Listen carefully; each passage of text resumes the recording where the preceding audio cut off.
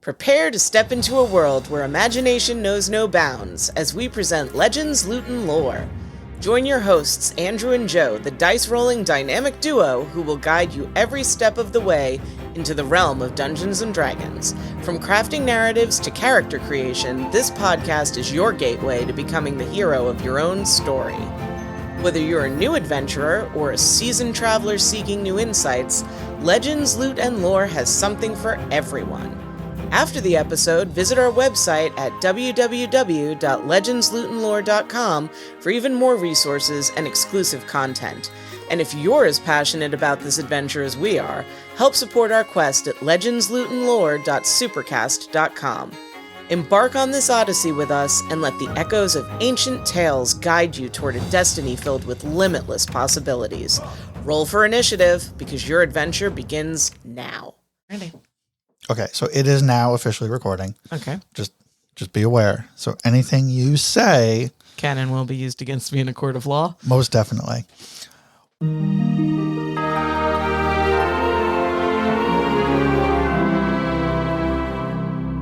Welcome once again, travelers, to another episode of the Legends, Loot, and Lore podcast.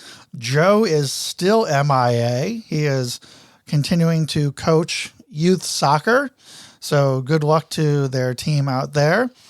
This is a special edition of Legends, Loot, and Lore. This is the New York Comic-Con edition of the podcast. Joining me today is special guest. This is a rarity.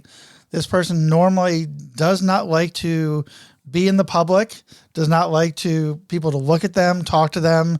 It is an exclusive one-on-one interview. My co-host for today is actually my wife, Catherine. Hello, dear. Hello. Thank you for letting me out of my little cage. You're welcome.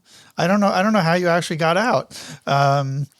But anyway, the cats are good at picking locks with their claws. The cats are good at picking locks. So anyway, thank you really for being here. New York Comic-Con just wrapped up today, and we spent 2 out of the 4 days there. That was about all we could handle. The crowds, especially this weekend, Saturday was brutal. It was a rainy day here in New York City, and everybody was indoors, so it was more mobbed than usual, according to all the photos that we saw posted on social media. It was quite the mess. So we were glad not to have been that. But we did the Thursday, Friday thing, saw tons of stuff, saw lots of great costumes, got to meet some great celebrities. We did some photo ops. We may or may not have purchased some materials. I have gotten all sorts of new Dungeons and Dragons goodies, so I am very excited and looking forward to talking about that. So we're going to do a recap of all things New York Comic-Con. So what was your overall reaction to this year's New York Comic-Con? This is how many times have we gone? Probably, I think we started in 2014 or 2013. Right. So we've probably gone 6 or 7 years out of that. Okay. So yeah, 6 or 7 times. Things have definitely grown over that time, and somehow they still managed to fit it all inside the Jacob Javits Convention Center. But so what's your take on this year's Comic-Con? Definitely more crowded than previous years. Thursday, I've historically thought of as quiet. Right. It was not quiet. We got there about an hour after opening. We usually get there right around opening, but we figured we'd miss the crowds at the beginning of the day, and that worked out perfectly. Yeah, that was some of the advice you had read online from New York Comic-Con. New York Comic-Con was to arrive about an hour after the doors actually open, because there's a huge mob of people that are waiting there really to just kind of storm the gates as it opens up. But if you wait just even on Friday, even wait half an hour, 45 minutes to an hour, you're much better off getting in without having to wait in big long lines and crowds if that's not your thing. Yeah, absolutely. I did. So yeah, definitely felt like it was a lot more crowded. Thursday was actually felt more crowded than Friday. We talked about that. Yes. Which was weird. Yeah, that did feel really weird. I feel like they had a really good group of guests this year. Way more what I would think of as A-list celebrities than in past years. I mean, Chris Evans, Ewan McGregor. I mean, I don't know if David Tennant would be the average person's A-lister, but he's certainly one of mine. He's I think he's still a pretty big get. Well, especially with the amount of Good Omens cosplay we saw this weekend, he's definitely gotten more of a place in the mainstream than he had previously just as Doctor Who. And he's now officially entered the Star Wars universe. That's right, yeah. Hu Yang. Yeah. The droid. So that was not that I don't know how many people actually look up to see who voices the different characters, but yeah, he's been doing that voice now. Yep. So I don't know if that's his first voice or... No, he's doing Scrooge McDuck on DuckTales. Scrooge McDuck on DuckTales. No, but I mean, his first Star Wars. His first Star Wars voiceover. I don't know. My obsession with David Tennant doesn't go that far. No, well, I'm sorry to hear that. It goes fairly far. It goes fairly far, but not that far. Not that far. Got it. But yeah, so there was a really, I think, a good assortment of folks too. I mean, they had the entire cast of Critical Role, right? Yeah, yes. So for all of our D&D listeners out there, yes, the entire cast of Critical Role made an appearance at New York Comic Con. For me, that was really huge. We were not lucky enough to get reservations at their panel. I think they were a main stage panel. If I recall. Were. Yeah. I tried, but by the time I got in, they were totally sold out. Yeah. So that's been one of the things that they've really changed over the years is, really, I don't want to say making things more difficult, but making things more regimented. Everything is now reservation based. I mean, the photo ops have always been reservation based, but autographs are now already. I mean, because I don't know how like San Diego Comic Con operates all that stuff, but like panels and everything is you've got to fight to get a reservation, and so there's no chance. You kind of walk into Comic Con knowing exactly what you're going to be doing. There's no kind of at a whim saying, "Hey, let me check out this panel," because if you don't have a reservation, you're not getting in. Although there were some standby lines, I noticed that. I don't know how many people actually get in off of those. And I think that's the one big thing we really didn't do this year because we did have the 2 days and we had a ton of photo ops. We didn't go to a single panel. We did not. We tried. There were a couple panels that we were interested in. I really would have liked to go to the Slayers panel, but it was the same time as our Chris Evans photo op, so I gave that one up. So what is, for everyone listening, what is Slayers? So it is an audiobook adventure that is a continuation of the Buffy the Vampire Slayer universe. Features James Marsters back as Spike, Charisma Carpenter as Cordy. It's got Amber Benson as Tara. Emma Caulfield is back. So I think she's a ghost now in the comics. So that's what she's playing here. And I've only just started it because with school, I have very little time for listening to things at the moment. But from what I understand, we get like alternate dimension Cordy, who is a Slayer. Sorry for spoilers if you're a big Buffy fan. But if you're a big Buffy fan, it shouldn't be a spoiler. Well, that's true, unless you haven't listened to it yet and you don't read everything like I do. Okay.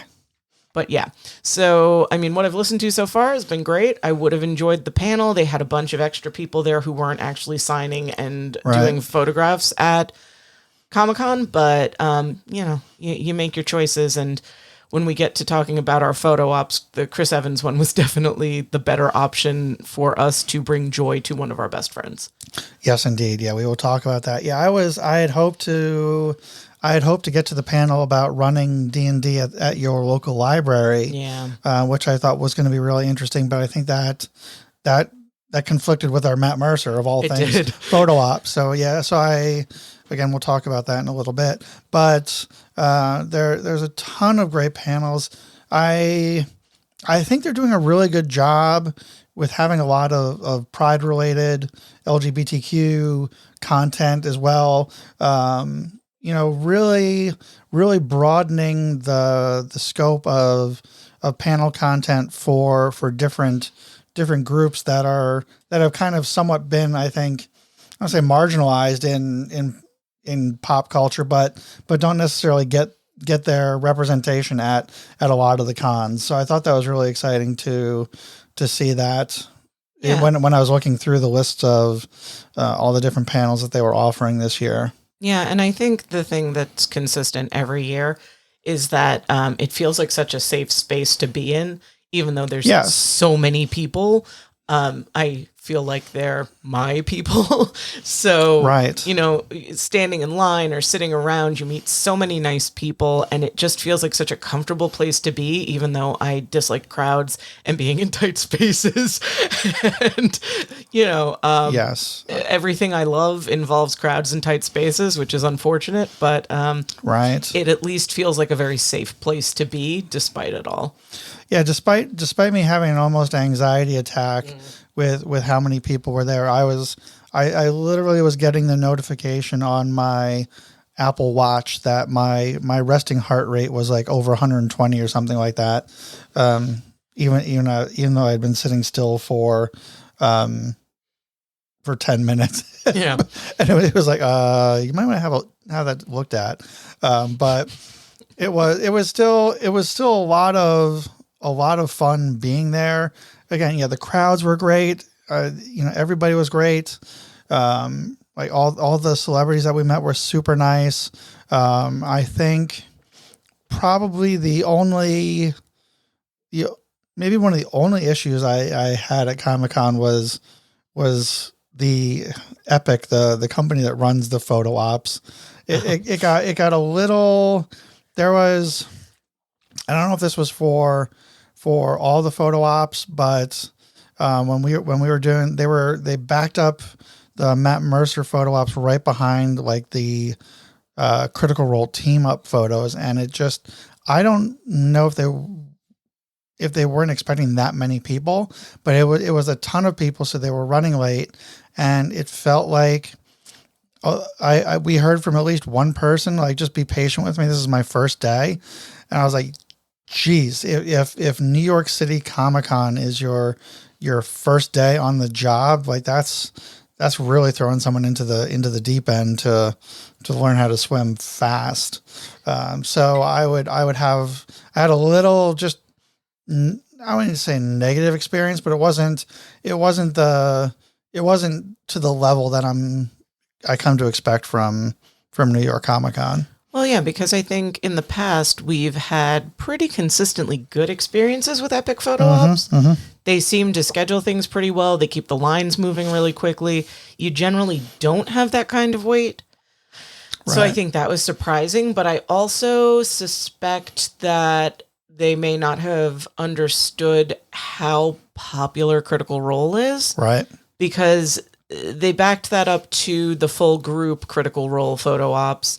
I think what you had was a lot of people who were very excited. Yes. And while, and people may not realize this if they're coming for the first time, but a photo op is literally, you walk in, you take the picture, you walk out. You don't spend time talking. There's no hugging. There's just, hello, how are you? Click, gone. And probably 5 to 10, unless you're planning some elaborate pose. I mean, we had an elaborate pose and we still were in and out. Yeah, it's like a 5 to 10 second interaction with the celebrity. So it's nothing. You get a better experience if you really want to spend a little bit more time with them. You're better off going the autograph route than trying to do the celebrity photo op, because that is literally just it's a machine. You're just in, out, in, out, in, out. They work it very quickly. But that was probably the only, and again, I can't call it a negative experience, just the only difficulty we had. Yeah. I mean, it was surprising, I think, more than anything. Yeah. I think maybe, and the problem is there's really no other place to host an event that size. I mean, that's the biggest venue in New York for that sort of thing. So, and it's almost like they're outgrowing it. Well, I mean, in past years, I don't know if they did it this year, but in past years there were panels in different buildings, right. And events that were, I mean, a few years Some of the ago I bigger went events, to that The Walking Dead. yeah, at Madison Square Garden, which Right. is, if people don't realize, like clear across town, you're walking from, well, I walked from 11th all the way across to 7th. So, Right.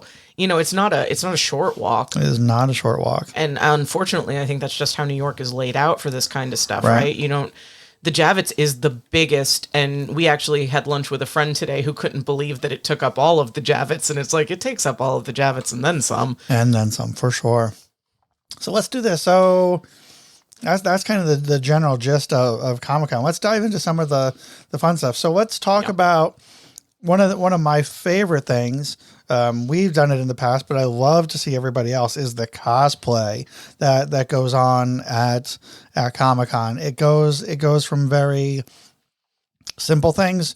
We just typically, especially with our photo ops, we typically just kind of wear some nerdy, geeky themed t-shirt, but it goes from that all the way to immensely elaborate costumes, and it's incredible. I've seen people dressed up like from the Transformers in the past. What were some of your favorites from this year? There was an absolute ton of Rocky Horror Picture Show cosplay because of Tim Curry and Susan Sarandon being there. And I think the various Frankenfooters and the one guy that we saw as Eddie, complete with saxophone, were probably my favorites. But there was also a lot of Good Omens, all of which were very fun to see. Tons and tons of Barbie and Ken. Right. And the Barbies and Kens were particularly entertaining because of the amount of "Hi, Barbie" going on around us. Yes. I saw there was a lot of Barbie and yeah, weird Barbie. A lot of weird Barbie. A lot of weird Barbie. I think everybody really loved the Kate McKinnon character. So there was a lot of weird Barbie going on, but there was just a lot of hi Barbie, just going. I loved it going on as we were leaving on Friday. Yes, there was a guy dressed as Ken just standing in the middle of the main area, finding every Barbie he could see and yelling, "Hi, Barbie!" And then finding Kens and yelling, "Hi, Ken!" And I don't know. I think the people watching is one of my favorite things because it's just so interesting to see the breadth of things that people are interested in. For sure. Yeah, there are so many different fandoms. I think you mentioned, there was a lot of. There's always, and I think I see it every year because there's usually always somebody there associated with Doctor Who. Mm-hmm. So you see a lot of people dressed up as their favorite Doctor. A lot of Star Wars this year with Ewan McGregor being there. I think there's always a lot of Star Wars. Oh, absolutely. I'm trying to think. A lot of Star Trek because they had the Star Trek booth with the Kid Cudi collaboration. Yes, for sure. So let's do a little offshoot on that. So Kid Cudi is doing a collaboration with Star Trek and doing some. He's writing a song, if I recall correctly, writing a song about kind of not about Star Trek, but inspired by Star Trek, I think is the terminology they were using in the promo. But some really cool streetwear, some cool jackets, t-shirts, and other things. There was some really cool stuff. I loved the Beam Me Up Scotty t-shirt. I thought that was super, super cool. So that was exciting. Yes, there was a lot of Star Trek people. I'm trying to think of who else. Well, you got to see Miss Piggy from Pigs in Space. So good. I mean, I don't know if anyone even remembers Pigs in Space, but it was an old Muppet skit. And much love to you if you do remember Pigs in Space. Absolutely, you're my people. I had for my Atari, I had the Pigs in Space game. And I loved the Pigs in Space I can't believe it went that far back. Yeah, I mean, I would have been 8 or 9. Wow. So we're talking like 1984-ish? 1984. Yeah, I guess so. I mean, the height of the Muppet Show. Yeah. Pigs in Space would have been a big one. Yeah, absolutely.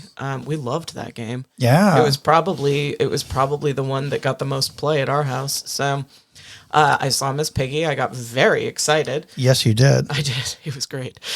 Trying to think of what else we saw though, like other cosplay, lots and lots of anime, which unfortunately Yes. I don't recognize much of it other than One Piece. That might be all I recognize. Yeah, I mean, I noticed a few Attack on Titan outfits. Yes, yeah, I don't know what that is. Like I know what it is, but I wouldn't recognize the costumes. I recognize the costumes by the symbols, the emblems that they have on their costumes. That's how it's recognizable to me. I don't recognize actual individual characters from the show, but there was that one mutant ninja turtle that we literally saw everywhere. yes, there was there's one young guy as one of the turtles, and we would take the ferry over from Jersey to the show each day, and he was there both mornings, and then we ran into him multiple times throughout the show, just seeing him on the show floor down in Artist Alley or whatever. Yeah. So that was pretty funny. But there was some fantastic cosplay this year. I mean, there always is. I shouldn't say just this year. Yeah. There always is. But there was probably one of the big ones this year was Barbie. That's absolutely because of the popularity of the movie. A lot of Good Omens. Tons. I think a lot of it is based on some of the celebrity photo ops that are there. Like you said, Rocky Horror. Yep. The guy behind us in line for the photo op was fantastic. Frankenfooter. Loved him so much. He was a great guy too. He really was. It was funny.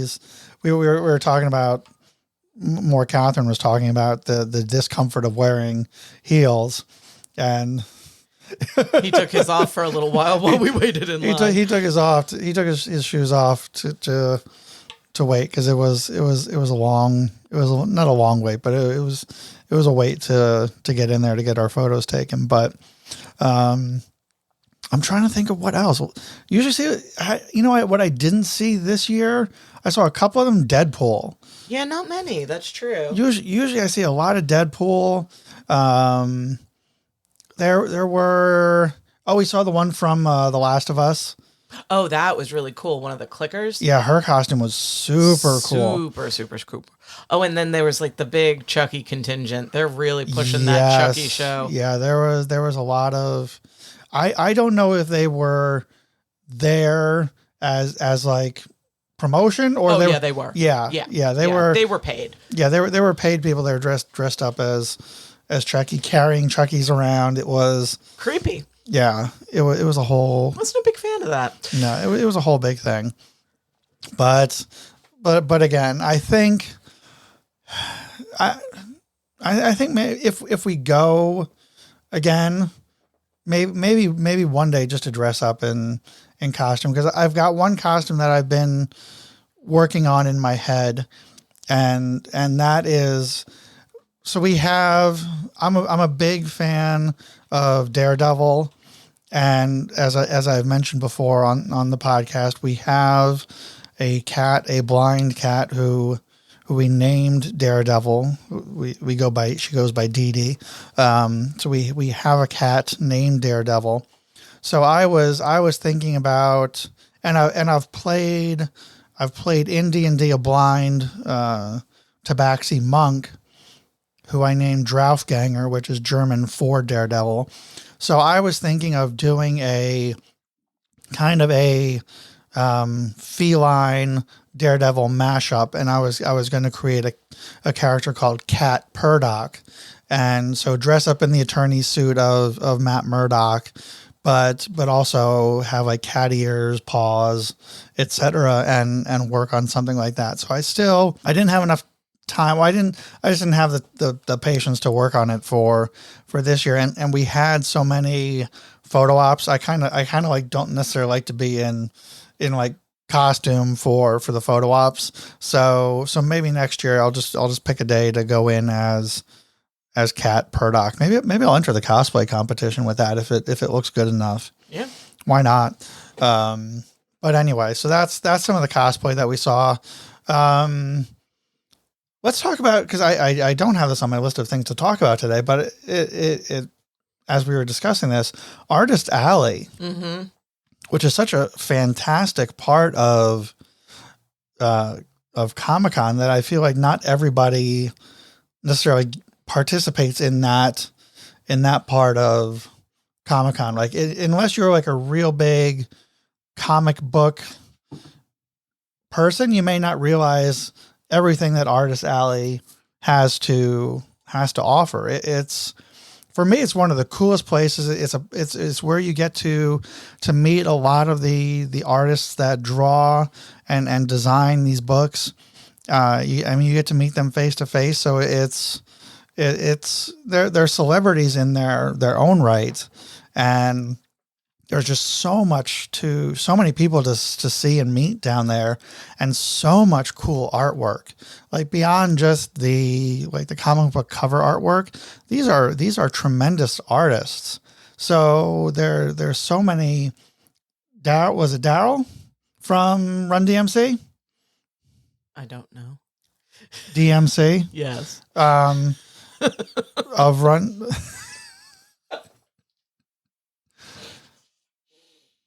Pardon my wife. She needs a moment. You look at me so seriously, like, was it Daryl? No. I don't know. What I will say is, was it Daryl? It's Daryl McDaniels. Okay, so what I That's will the say... DMC, Daryl McDaniels. So what I will say about Daryl McDaniels is that he's a lovely human being.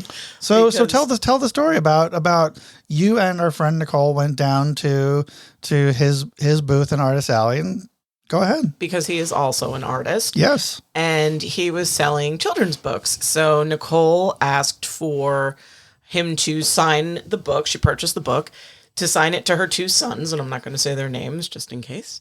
And he signed it to her older son, picked up another book and said, they can't share, and gave her another book and made it out to her second son. Well, she corrected him that he only made it out to the one son. No. I thought that's what she said. No, she asked him to make it out to both. Right. And he started making it out to the one, she was like, and he was like, no. Aww. And that's when he picked up the second book, and yeah. So, I mean, just a lovely human being. It was funny because Nicole is the last person you will find at Comic-Con. One of the very last. Yeah, I mean, genuinely.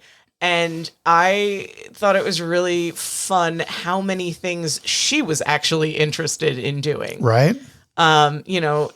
She checked out the booths with us. We bought the same t-shirt. Right. We did the photo op. We went to that booth, and then she went back up to get a video for a friend who was big into, I guess it was WWE at the time, right? WWF? WWF, yeah, yes. Back in the day. Yes, before the lawsuit. Right. So, I mean, kind of funny that she spent as much time there as she did. Yes. When she, I think, initially expected to come in, take the photo, and leave. That's a big thing. I think that there really is probably almost something for everybody. Yeah. At a Comic-Con, especially the big ones, San Diego and New York Comic-Con. There is something for everyone. Well, and Nicole's an artist. She's a graphic artist. Right. And when she went down into Artist Alley, I don't think she expected to find what she did down there. Right. See, that's why I said it. Yeah. People think Artist Alley, and they don't necessarily put together what it really is. Well, because I think you think about comic book art, right? Because you're at a comic book convention. Exactly. But these are, yes, they're comic book artists, but they're also just artists in their own right. And I mean, a lot of what they produce is beautiful. It really is. I mean, I was the one disappointment, and I can't hold it against them because they're gonna be playing some concerts. Was Billy? Oh, Billy Martin, yeah. Billy Martin of Good Charlotte, who, again, odd to think that Billy Martin of Good Charlotte is also a comic book artist. Is a for Marvel for Marvel is an artist himself, a tremendous artist. I mean, he did some of the album art for Good Charlotte as well. Yeah. But I want to say, I think it was last New York Comic Con, or did I reach out to him? No, I reached out to him in between Comic Con. So, I really wanted to get, we're both, Catherine and I are both really big Disney fans. And I think I've mentioned on this podcast, we sit in a room that is decorated with all sorts of things themed from the Haunted Mansion at Disney World and Disneyland. And so I wanted a tattoo of the hitchhiking ghosts from the ride. And I love, we had a portrait commission from Billy at the last Comic-Con, which we absolutely love. And so I reached out to his people to be like, hey, because I knew he took commissions. So I'm like, would he be willing to design, draw the hitchhiking ghosts for me that I could get it as a tattoo. So he did, and it's on my right shoulder, and I absolutely love it. And I was really hoping he would be there this year so I could show him that I finally got the tattoo of his work. So I was kind of bummed that he wasn't going to be there, but he had to.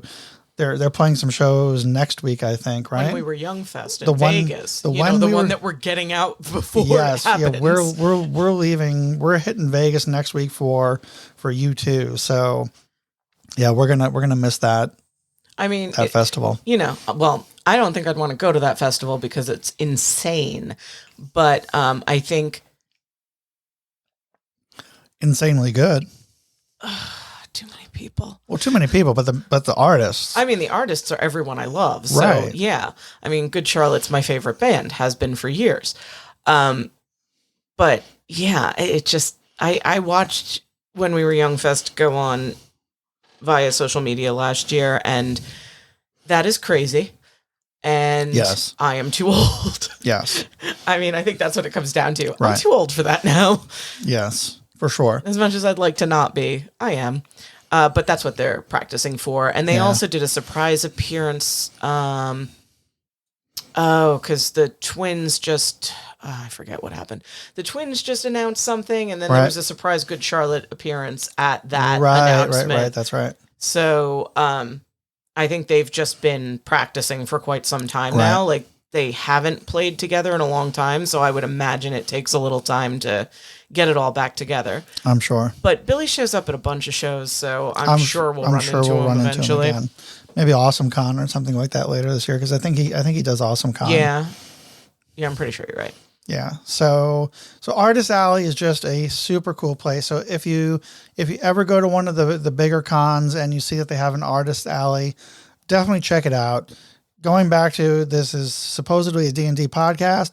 So there are tons of artists that draw D&D related stuff. So definitely go down there and check it out. It is not just comic book kind of artwork. There's so much more to it than that. So definitely give Artist Alley a look if you ever get the opportunity. This year we had to kind of avoid Artist Alley because we always go down there and end up buying a bunch of prints and hanging them up in the house. And we don't live in a big house. We live in a small little Cape Cod. And so there's not a ton of wall space, and we are quickly running out of wall space considering how many cons we've been to and how many pieces of artwork we've purchased. So we had to kind of put a hold on buying any new artwork this year, which is really not disappointing, but it's tough because it's just, you see there are so many talented artists out there, and it's just such a cool place to be, and definitely check it out. But let's go on to our next topic. Okay. I could go on about Artist Alley. I mean, we walked by Bob Camp from Ren and Stimpy, and love all that stuff. But anyway, one of the most enjoyable parts to Comic-Con are the celebrities, and you get you can have the opportunity of getting autographs from celebrities, and also photo ops with celebrities. For me, it was interesting. Like, I feel like, especially with Ewan McGregor, I feel like there were a lot of business people getting, like, collectibles people getting things autographed by Ewan McGregor to sell. Yeah, probably. Because I the saw a autographs lot were of that. expensive. The autographs are not cheap, and I'm sure the resale value on them is even higher on that. So there's definitely probably some profit there, but Which kind of stinks for people who just want to meet someone that they admire. I agree. Yeah. I agree. That's why the reservation system. Yeah. I feel like it's almost becoming like a Ticketmaster concert where all the resellers are taking up all the slots, and all the true fans don't necessarily get in there and meet their not meet their heroes, but meet the people that they're big fans of. The thing is, I don't think that doing away with the reservation system would fix that, because all those resellers would just get in the line or send somebody to get in the line. So I think you'd have that no matter what. Oh, no, certainly. But I mean, then you've got to physically stand in the line, just like everybody else. Like, I feel like there's... Yeah, but I think they would literally just send a minion. Yeah, but then you've got to buy a ticket for every one of those minions to the show. Yeah.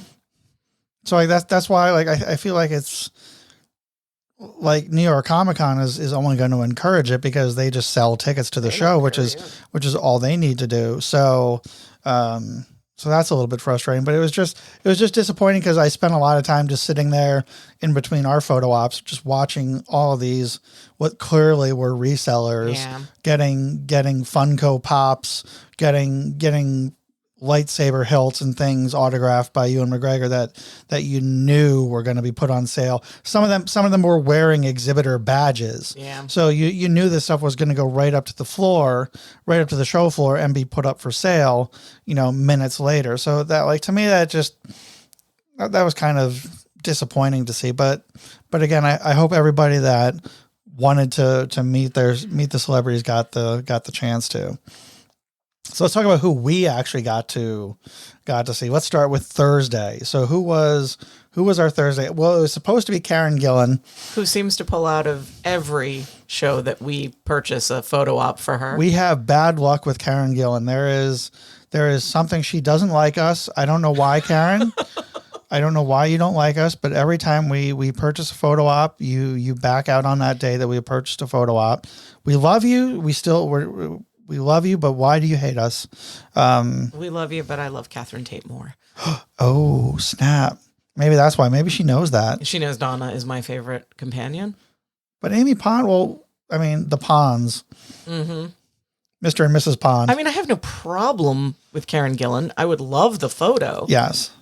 But it just doesn't seem to be in the cards for us. It is. I think it's been at least twice.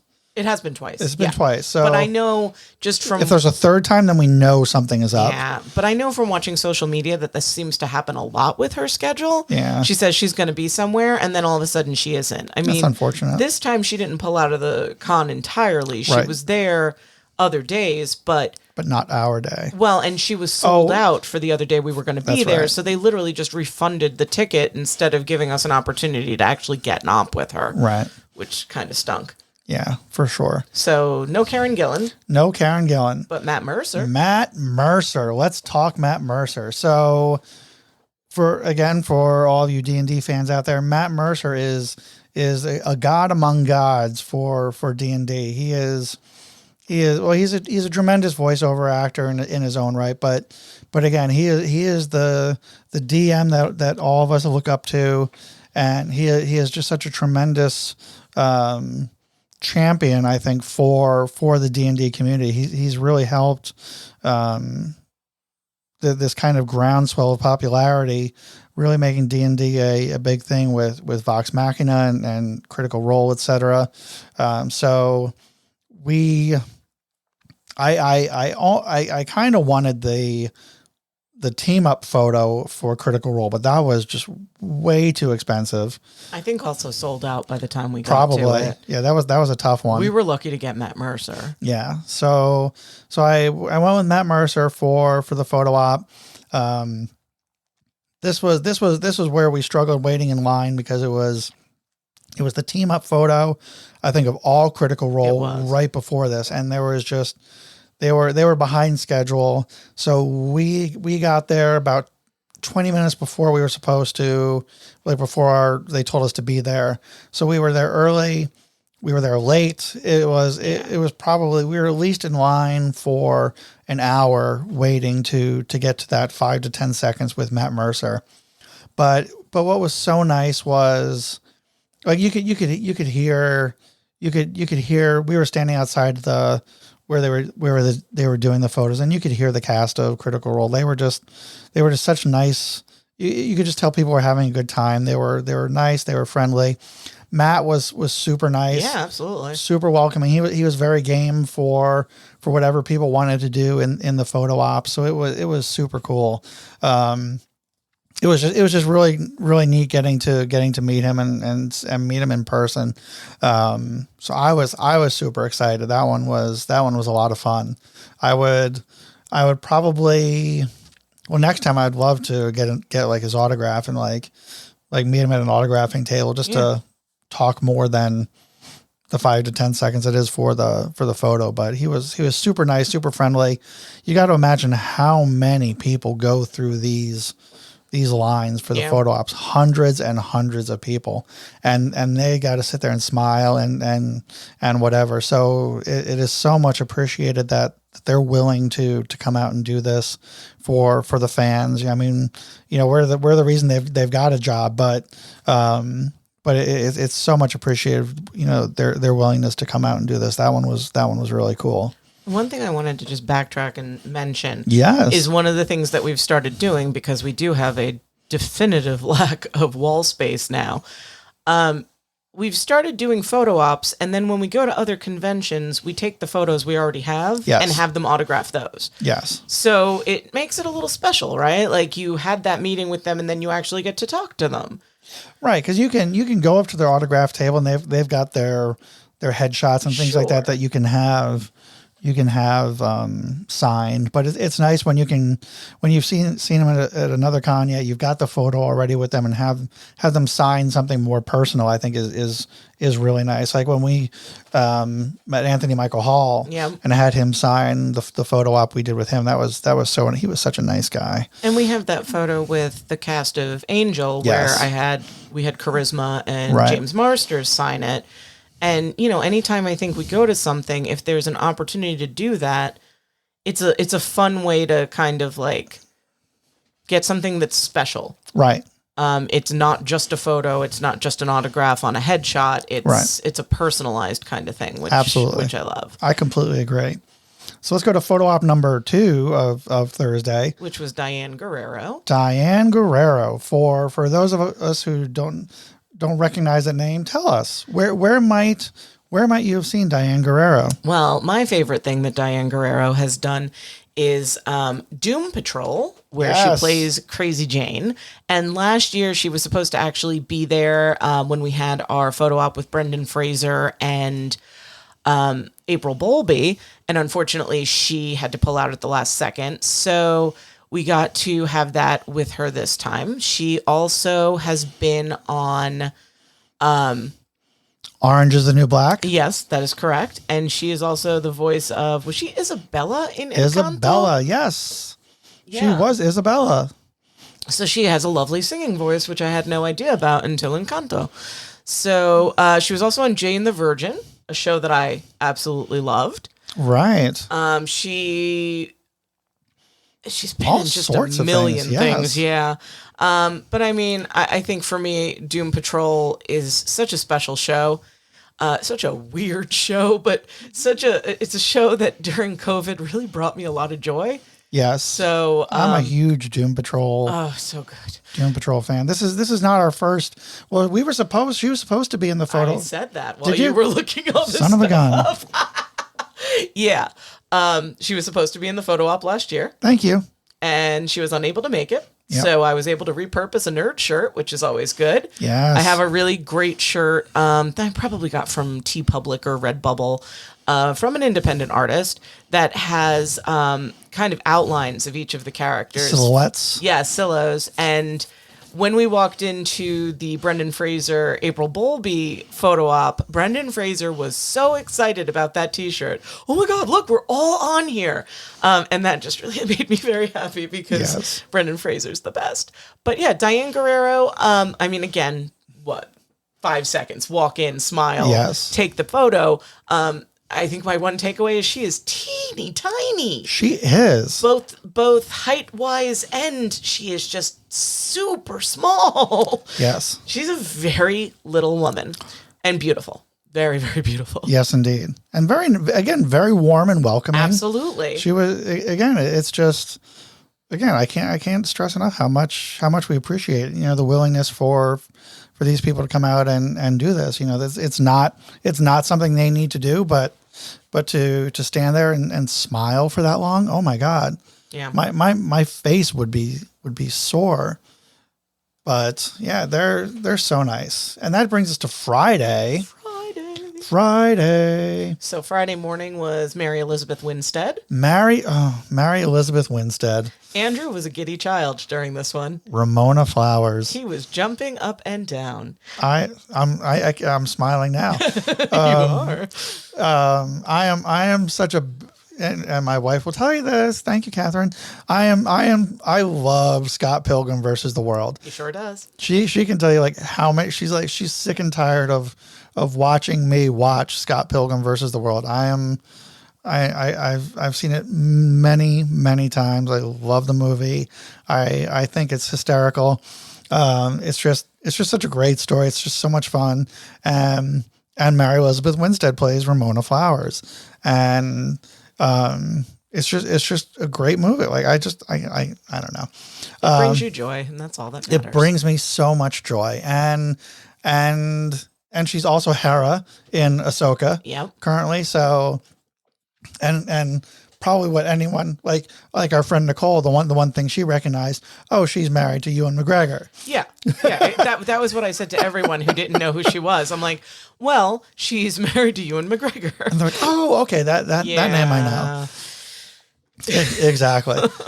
So again, lovely, very friendly, very nice. It was just so. It was so much. It's so nice to get to meet them. Yeah. Like I won't go back and talk about Anson. I will talk about Anson Mount. Anson Mount is such a good looking man. Like surprisingly, like he's good looking on TV. He's good looking on TV. In person, it kind of knocks you back. Yes, it really does.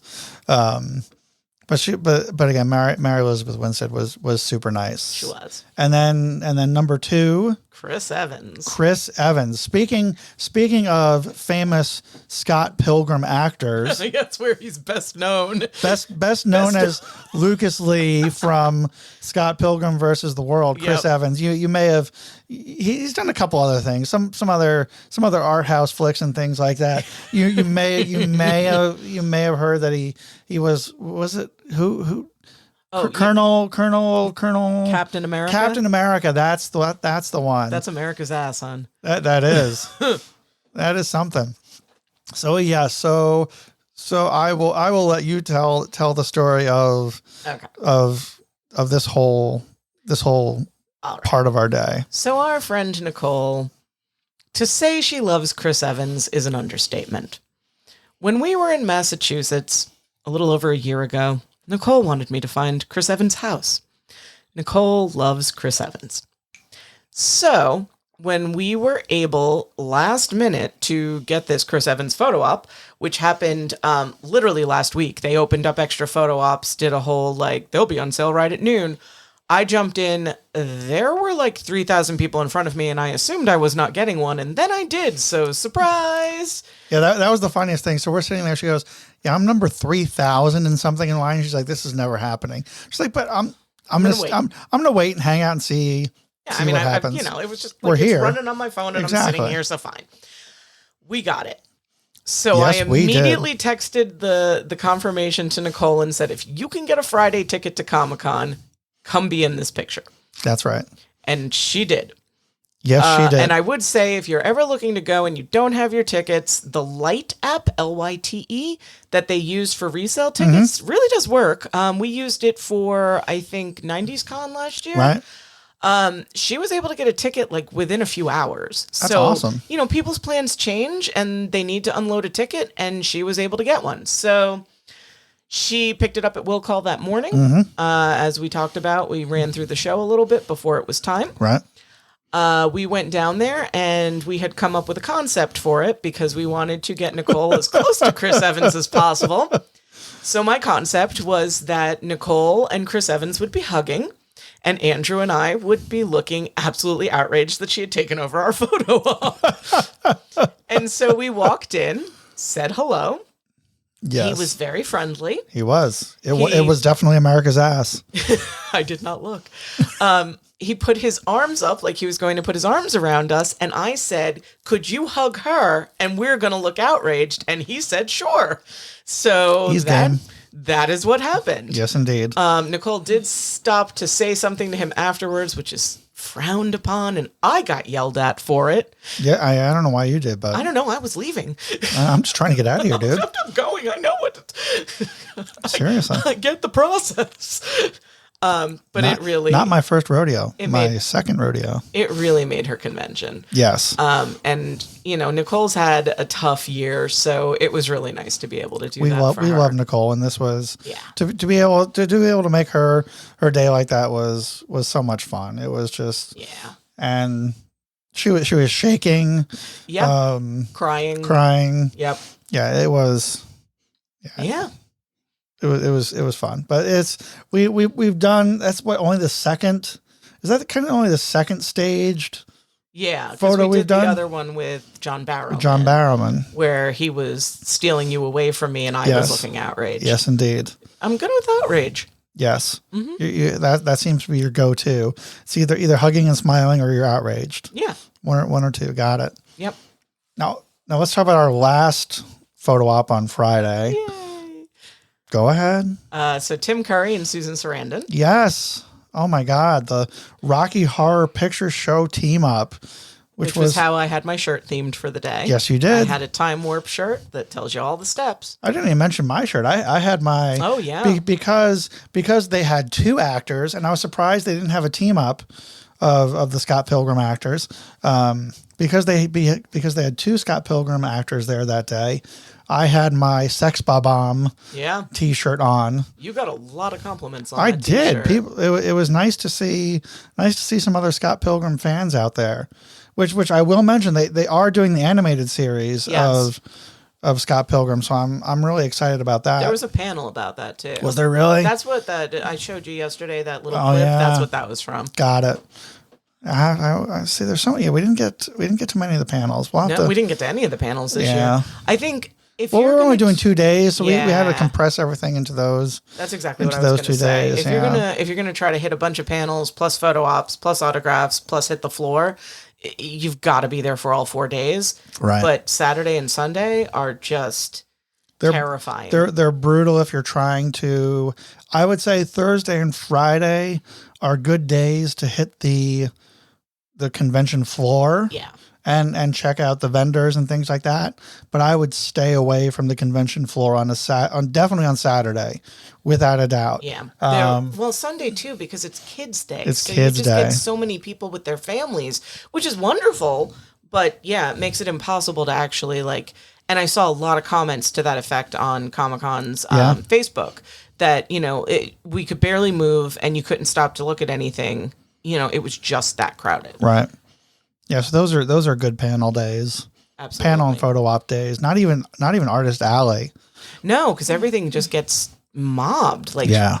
Like literally you are crammed between people. Right. Which is about my least favorite thing about crowds. It feels like you're on a packed subway car. Worse. Yeah. Worse. Well, because on a packed subway car you can stand still. Here you can't even stand still. Yeah. You just kind of get moved with the Yeah. crowd, whichever way it's going. absolutely. And even most of the bigger name celebrities are there on the weekend. Yeah. Well, that's how we missed. Why am I going to blank on his name now? Loki. Tom Hiddleston. Tom Hiddleston. Yeah. We really wanted to try to get a Tom Hiddleston Yes. photo op, and we had considered going back for Sunday if we were able to get one, but he was sold out. Yes, and indeed. I really should have mentioned him, and with the A-list celebrities. Yes. Oh, and the reason there was no Scott Pilgrim photo op is because Chris Evans was literally in that booth all day. He was still doing photo ops. Unbelievable. When we came back at 4:00, so our photo op was 1:30 with him. Mm-hmm. When we came back at 4:00 for the Tim Curry Susan Sarandon one in the next booth, he was still going. Yeah. I mean, big props to Chris Evans for I guess that's what the Super Soldier Serum will do for you. being a good sport. Yeah, really. Oh, he's. I think if you've seen any of the photos that he does at these things, he's a very good sport. Right. That's why I knew he would go for an idea if I swung it at him when we got in the booth. Well, and maybe this is what he's going to do now, because he's talking about stepping away from acting. Yeah. So maybe he's going to hit the con circuit and just do photo ops and not act anymore. It's entirely possible. It wouldn't be a bad gig.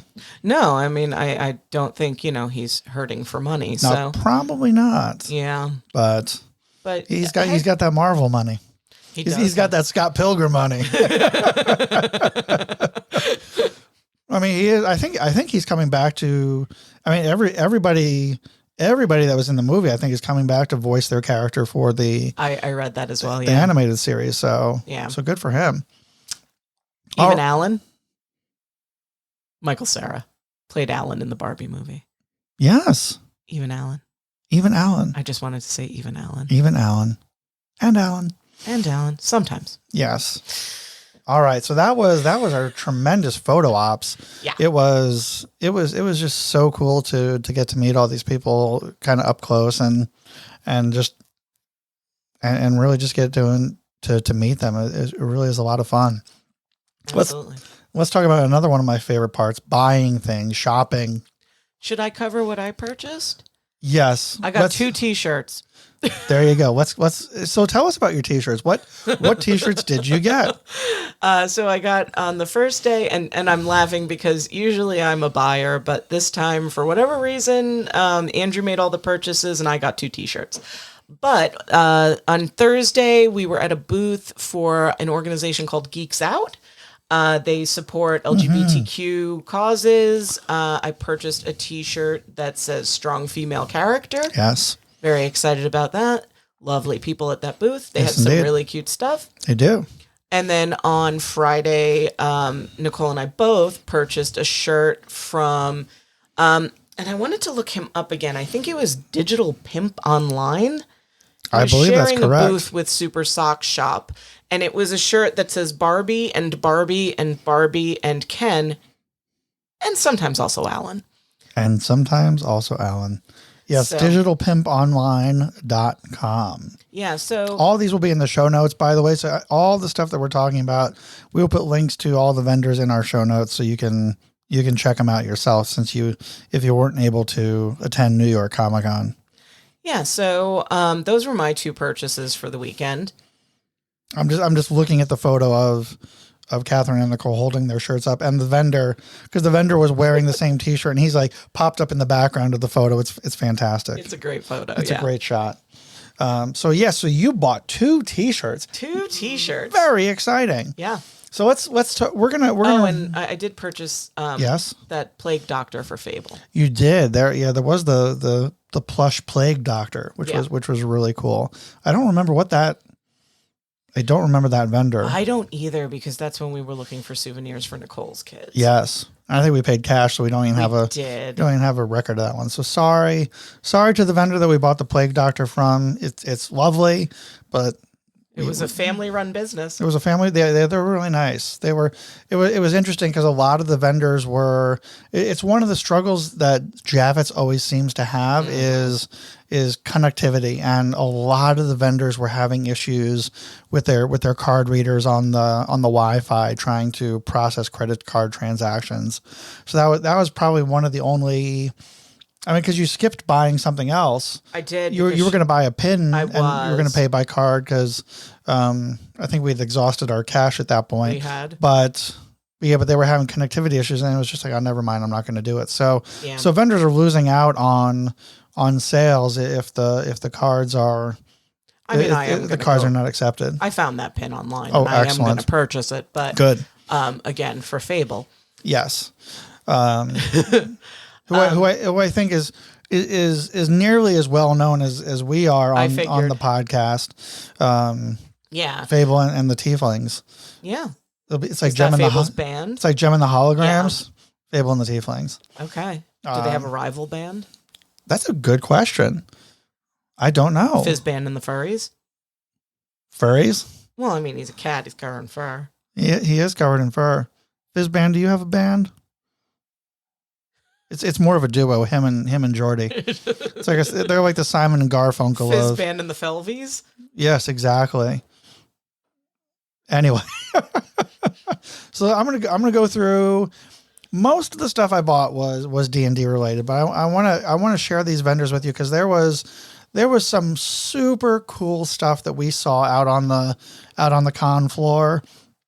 The Star Trek Kid Cudi collaboration was super cool. There was tons of other vendors. There are more Funko Pops than I think you could possibly ever want or need. That's always a big one. There was some really cool artwork. We saw Bob the Artist, who we purchased multiple. Oh gosh, we have a ton of stuff from Bob the Artist. We have a ton of stuff from him. We didn't buy anything new, but Bob the Artist was there. Yeah. There was a lot of independent comic book artists and stuff trying to raise awareness of their product. Stranger Comics, who we've seen throughout the years. Stranger Comics is really cool with Niobe. Dan Fogler's out there promoting his own stuff. If you know Kowalski from Fantastic Beasts and Where to Find Them, my favorite character in that movie. Yes. He is. Dan Fogler is an artist and a comic book author in his own right. And a lovely person. We met him at 90s Con? No, that was Terrificon. Terrificon. We met him at a Terrificon in Connecticut. Super nice guy. Really, again, just really super cool. Fun to talk to. Just really, really nice guy. So definitely check out his stuff. I'm trying to think of other stuff that we didn't purchase, but there was so many vendors. Lots of chainmail. I keep buying chainmail earrings. Yes. Held off this time. A lot of jewelry, a lot of food. There was a lot of food. They're definitely upping their food game at New York Comic Con, which was some of the difficulty in the early years when we were going, because the only thing they seemed to have was the little food court that Javits has itself, which was never enough to handle the crowd. So they brought in a ton more food vendors, which has been really good. Hallmark was there. They have convention exclusives. Yes, Hallmark with the 10th Doctor. Yeah, which convention we did not exclusive. get. No, we didn't. But no, we didn't. Was cool looking. Mm-hmm. What else? I'm trying to think. A lot of video games. Games. Yeah. Tons of new video games coming out. Letting people play those.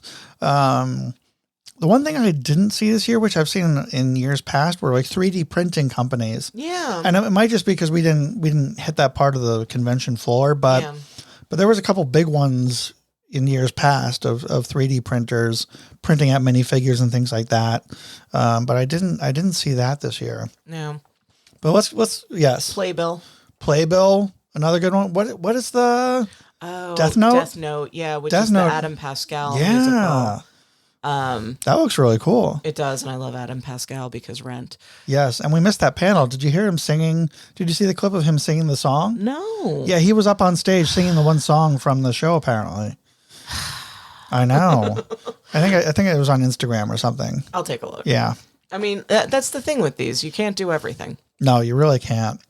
So some of the stuff we actually did buy. So we first on Thursday stopped by a couple of our favorite vendors who are, I don't know if I guess they're generally local to the Northeast Yeah, I mean, I know Geek Boy is. Geek Boy, and I think Super Sock Shop is. Yeah, I'm not sure where she's located. I don't know. I can't remember either.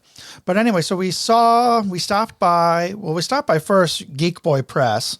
Oh, we stopped by Super Sock Shop first. We stopped by Super That Sock was Shop? the first thing we hit. Is that the first thing? Oh my God, my memory. Okay. So the first place we stopped by. Okay, start again. So the first place we stopped by is Super Socks Shop. They have all sorts of. She makes Gina D'Angelo makes all sorts of plush, not just toys, but swords, shields. They call it. She's got a whole pillow fight. Yeah. The fantastic pillow fight section of her website. So they've got. This time I purchased a pair of plush orange nunchucks. I have a sword as well that I purchased in previous years from her. They also, one of the things I think she kind of got started off doing was making Christmas stockings. That's how we first got to know her as a vendor. Yeah. Was the Christmas stockings or holiday stockings if you don't celebrate Christmas. You can have stockings for any reason. So maybe someone will put gifts in them if you hang them up. That's right. So we started purchasing a couple because we have almost all of our cats at this point have kind of pop culture related names. Yeah, everyone other than Hope. So Hope is our oldest cat, a little 3-legged tripod. But we have Dee Dee, which is short for Daredevil. So Gina actually already made a Daredevil stocking. So we bought that for Dee Dee. We have Mulder. Well, we got Jax first, right? I think we got Jax first. Captain Jack Harkness. We got him a TARDIS. Who is no longer with us. Yeah, Gina also made a TARDIS stocking. Yeah.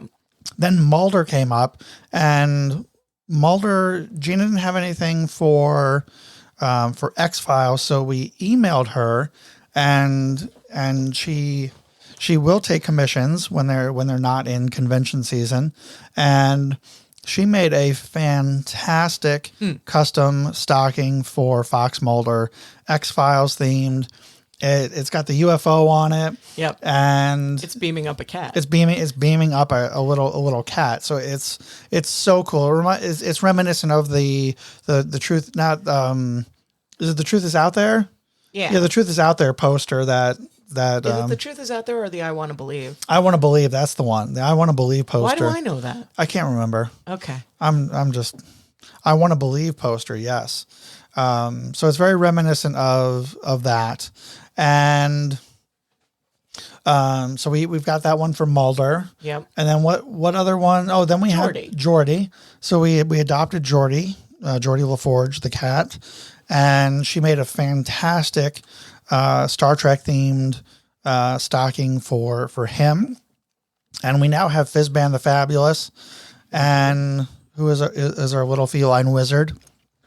So we've already talked to Gina about it, and hopefully she's going to get the opportunity to make a stocking for Fizban. So she's just tremendous creator of really cool products. Like I said, the pillow fight stuff, the swords, the shields, the nunchucks. She's got like little plush throwing stars. Yeah. There's all sorts of really cool things. So definitely worth checking out. Like I said, we'll put all these links in the show notes as well.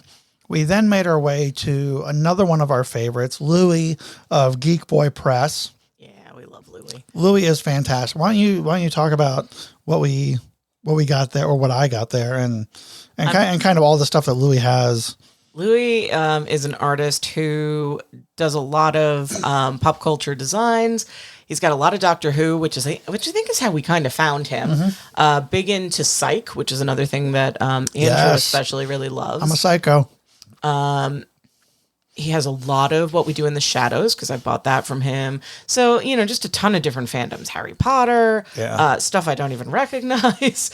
And this time around, he had some new custom Doctor Who fabric that has little TARDISes. TARDI?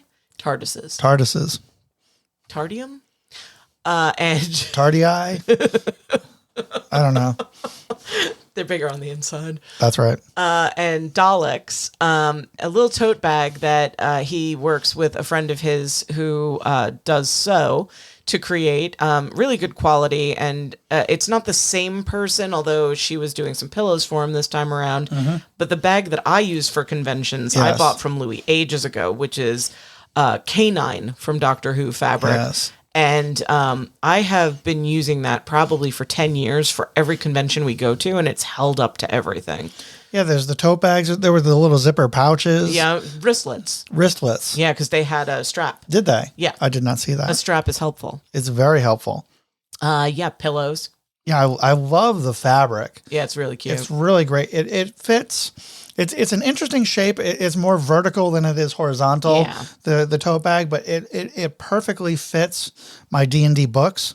So it's a great carrier for that kind of size and shape book. So if you're wondering what size it is, it's a little bit larger than a D&D book. So if that's your point of reference, you know exactly what I'm talking about. Who needs a ruler? Who needs a ruler? It's D&D book size. Yep. So those were, again, those are some of the ones that we've seen at so many different cons, I'm trying to think, because did we see Super Sock Shop first at New York Comic Con? Like when we first met them? Yeah. I don't know. I don't remember.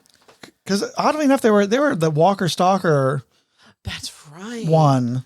Well, but I don't think that was the first time we had seen them. Because we've seen Louis everywhere too. Like he Yes. does Trenton Punk Rock Flea Market a lot. Yes. So we see him all over the place. Yes, indeed. Yeah, it's great to see. It's great to see the vendors, really be successful and see them at all the different cons. So that's really cool. So we saw some new ones this year. So this will get into all of the D&D related stuff for all of our D&D fans out there. So there goes my wife. She's going to sleep through the rest of this podcast episode. So Metallic Dice Games now goes by Fan Roll Dice, and they make they've got all sorts of dice available that was at their booth. They do custom logo dice as well. They had tons of dice trays. They had all the different pride flag dice trays. I got the pansexual flag dice tray. They had bisexual. I can't even remember what other ones. They had everything. They had non-binary. Yeah, they had lesbian. Yeah, they had all of the. They've got all of them. I looked on their website and they're not there yet. So this might be some new product for them, but they had it at the con. So be on the lookout for that. There's some really cool stuff there. The one set of dice that I did buy from them was a set of aquamarine cat's eye dice. Yeah, those are pretty. They're beautiful. I love the way they shimmer. It's just this beautiful blue color. Gold numbering on them. They have the same set I saw on their website, but they say on the website it's white numbering. So I don't know what the discrepancy is there, but the ones I have definitely have gold numbering on them. Great. They're the standard 16 millimeter size kind of dice. So they're your traditional dice set. Really great. But again, with those specialty kind of stones and gem type dice, you definitely want to make sure you've got a soft rolling surface for them. They don't get rolled often, but I'm homebrewing a campaign coming up loosely based on Spelljammer. So I've got a couple set of dice that I'm going to use for that, and that's going to be one of them. But definitely check out Fan Roll Dice. Again, great, cool dice company. It's the first time I've seen them, but they've got some really nice product. Another one that I've seen at multiple cons is a company called Misty Mountain Gaming. Tons of, again, another dice maker, tons of dice out there, all sorts of other TTRPG accessories. They had another vendor that they're partnering with that was at the table, a company called Talon and Claw. It makes some super cool dice vaults. I bought one. It's called the Nevermore Engraved Dual Hex Hero Vault. Such a very wordy name. That's a lot of name, but it is really cool looking. It's a lot of name. But these dice vaults. They're wood. They're wood. They've got magnetic closures, so it stays nicely closed and keeps your dice safe. But it holds 2 sets. It has another spot for that you could put like a minifigure in, or another set of dice in the center. But it's a really beautiful dice tray. This one, the Nevermore one, has kind of the crow sitting on top, the raven, I should say, sitting on top of a stack of books with like a melted candle on it. It's a really cool kind of laser etched top on the dice vault. But they've got all sorts of different designs. Super cool. So check out Talon and Claw. You can find them. They've got their own site, but you can also find them on the Misty Mountain gaming site. And they've got they had a couple limited different styles, but you can pick up almost any vault in any wood style that they've got available. So that was another really cool one. Probably next up is my favorite, one of my favorite dice vendors, a company by the name of Dice Dungeons. I think they really like me because I went pretty hog wild at the Dice Dungeons table this year. Yeah, you did. Yeah, I did. Initially, I picked up a set of amethyst gemstone dice, which are so beautiful. And what's really cool, what I really love about Dice Dungeons when you see them at a convention or things like this. So I was browsing their varieties of dice, and I asked them to buy the amethyst dice, and instead of just handing me a set, the woman there brought out a couple sets of the amethyst dice and let me mix and match which ones I liked out of the different sets, so I could really build my own set of amethyst dice to get really kind of the look and feel that I was looking for. So I thought that was super nice. That's not something you typically get from a vendor when you're buying online. So another good reason to go to the conventions, and you get to talk to them, because you get a little bit more personalized experience than you would just shopping online from their stores. Other things that I bought from them, the other big purchase was I bought a set of solid copper dice from Dice Dungeons. The ones he wasn't going to buy. I wasn't going to buy them. And then told me like an hour or two later that he bought them. It's me. Hi. I'm the problem. You're the dice goblin. I'm the dice goblin. It's me. They are so incredible. They're super heavy, but solid copper. I'm just looking forward to rolling with them and watching them kind of like age over time, and just get that having your hands smell like pennies. Having my hands smell like pennies, exactly. Beautiful dice. They've got like solid. They've got a D20, this massive tungsten D20. Oh, that thing is heavy. It's enormous. It is solid. It is super heavy. I can't even remember how much it is. It's wicked expensive. I think it's like $600. Yeah, it's like $600 or $800. It's way up there for just a solid D20. But they've got some really just super unique things. They've had a couple Kickstarter campaigns. Yeah. I backed their last one, which was they did sea glass dice, which are absolutely beautiful. I got a set of dark green ones when I backed the campaign.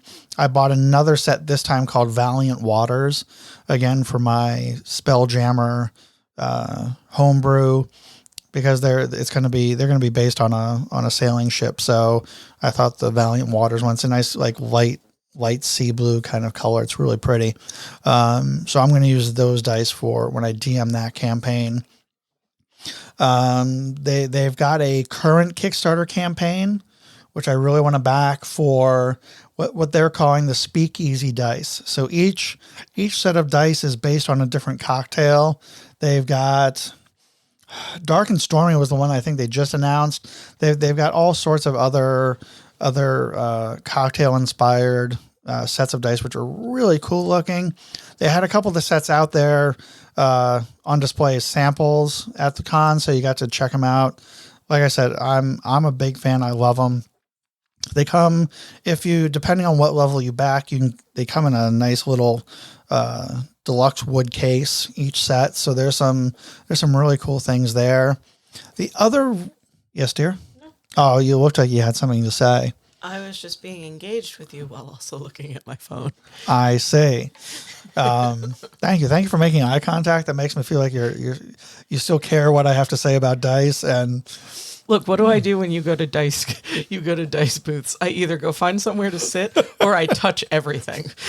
What she does is put a lock on the card. I go sit in a corner and put locks on every credit card I have access to. I call the bank and tell them a madman ran away with your debit card. That's right.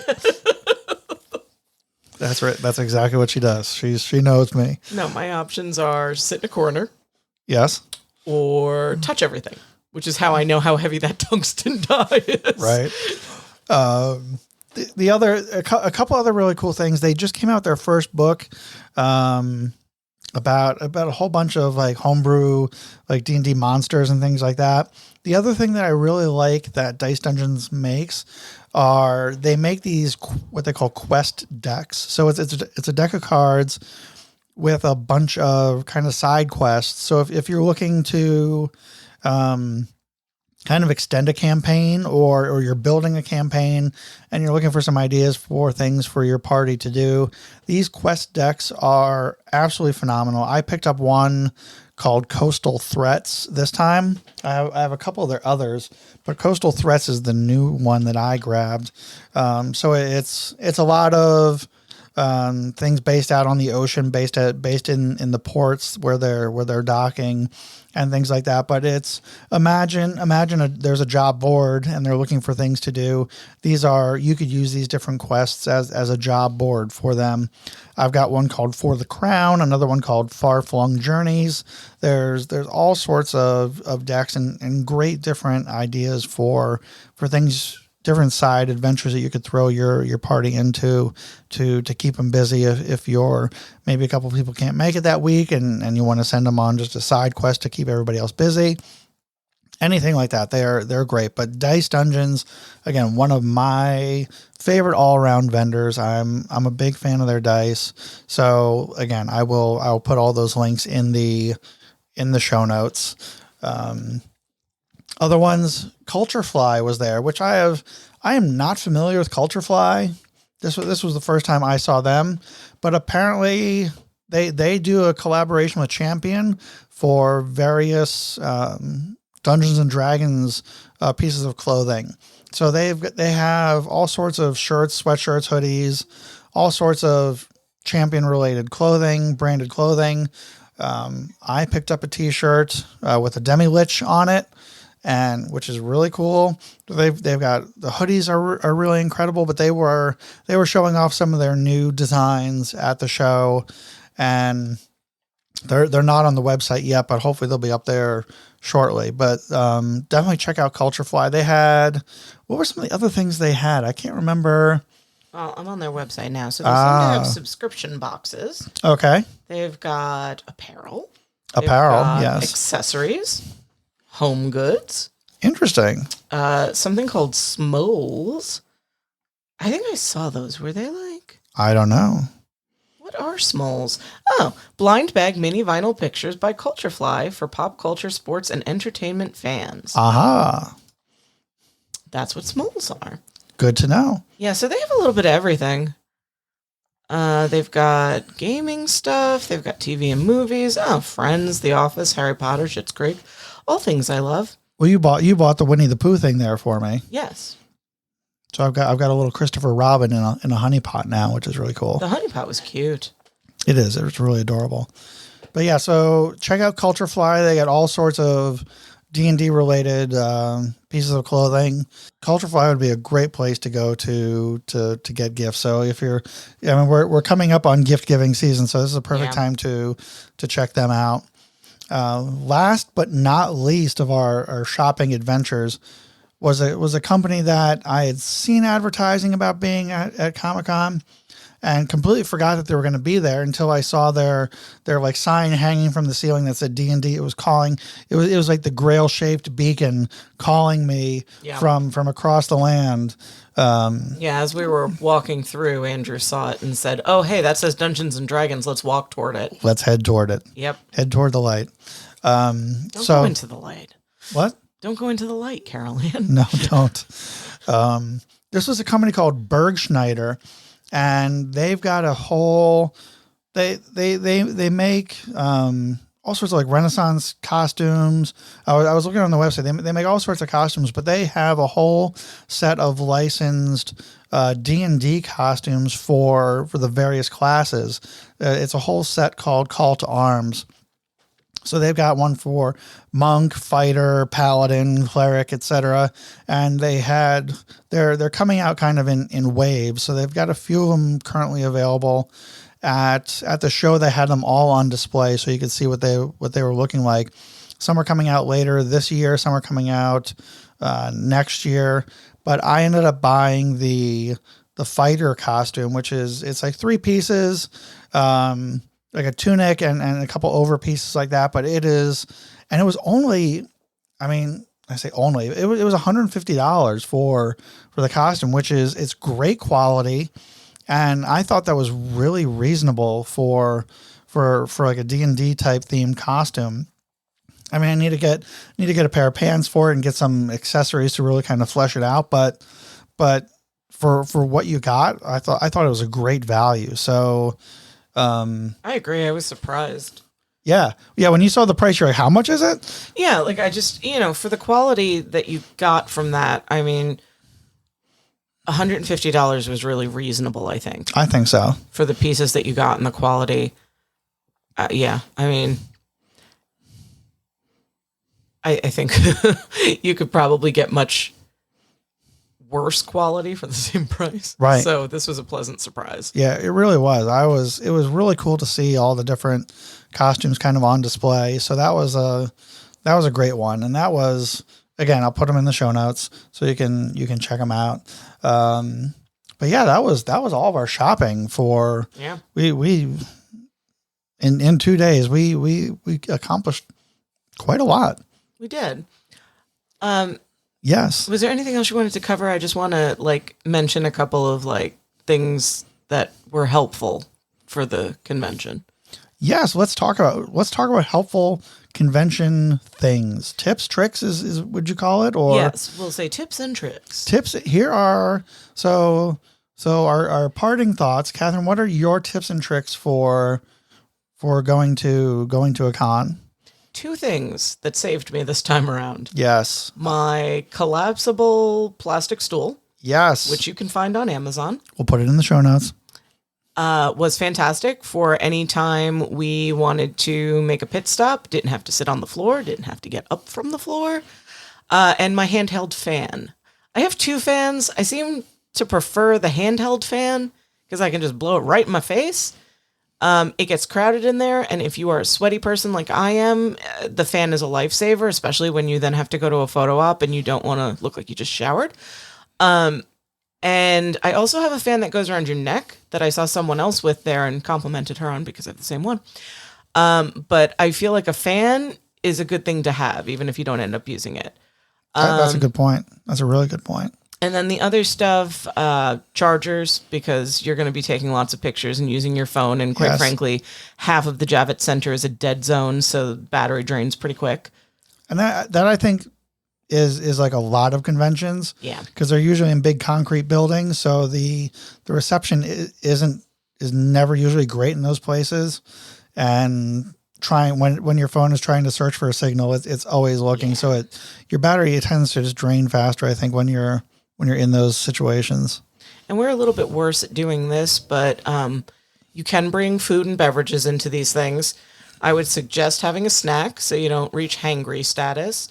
Well, for a couple of reasons. So if you're coming with kids, definitely bring snack. I mean, you probably already know that, but you typically can bring food into these events. You definitely can at New York Comic Con. Food there tends to be pretty expensive, especially New York City prices. So not necessarily every con is like that, but it's like any kind of like sporting event or anything. They've got a captive audience, so they can charge what they want for that. So bring in your own snacks.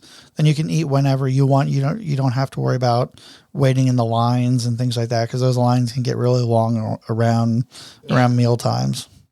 Yeah. I'm trying to think of anything else. Oh, bags. Yes. Bringing a bag to carry your stuff in. If you're going to buy stuff, bring a bag. If you have been to other conventions and you have some of those little plastic protectors.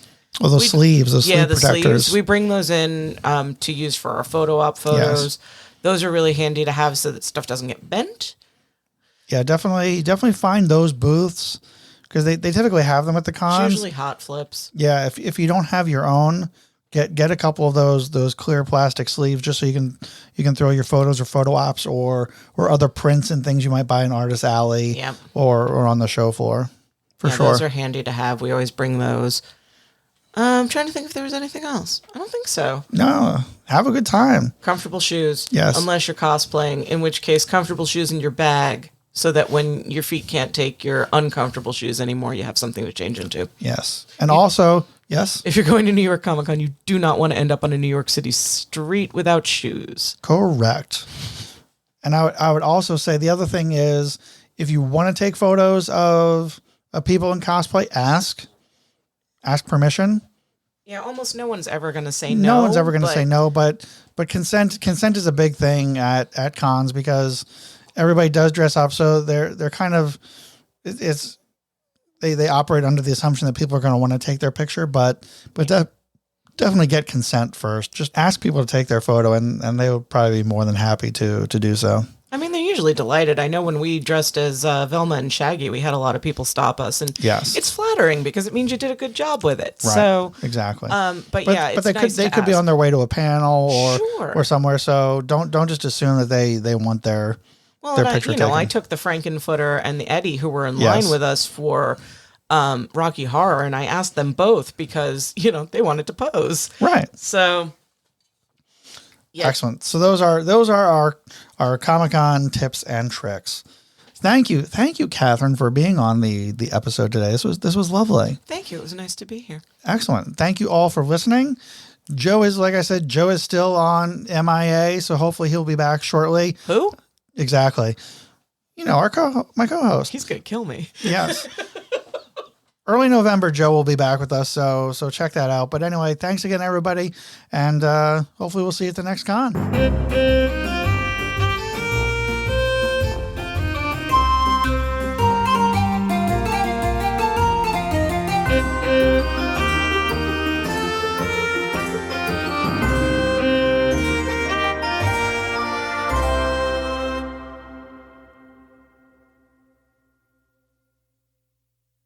Thank you for joining us on this episode of Legends, Loot, and Lore. We hope you've enjoyed immersing yourself in the realms of legends, uncovering hidden loot, and delving into captivating lore. But the journey doesn't end here. For exclusive content, behind-the-scenes insights, and access to our community, visit legendslootandlore.supercast.com. There you'll be able to support the podcast, where you can join our Discord server for lively discussions and subscriber-only content, and connect with fellow enthusiasts. Stay connected with us on Instagram and Facebook at Legends, Loot, and Lore to continue on the quest. By following our social media channels, you'll be the first to know about upcoming episodes, bonus content, and exciting announcements. If you've enjoyed your time with us, we kindly ask you to rate and subscribe to this podcast. Your support means the world to us and helps us continue producing captivating episodes and embarking on new quests. Thank you for being a part of our journey. We're thrilled to have you by our side as we unravel the legends, uncover the loot, and delve deeper into the lore. Until next time.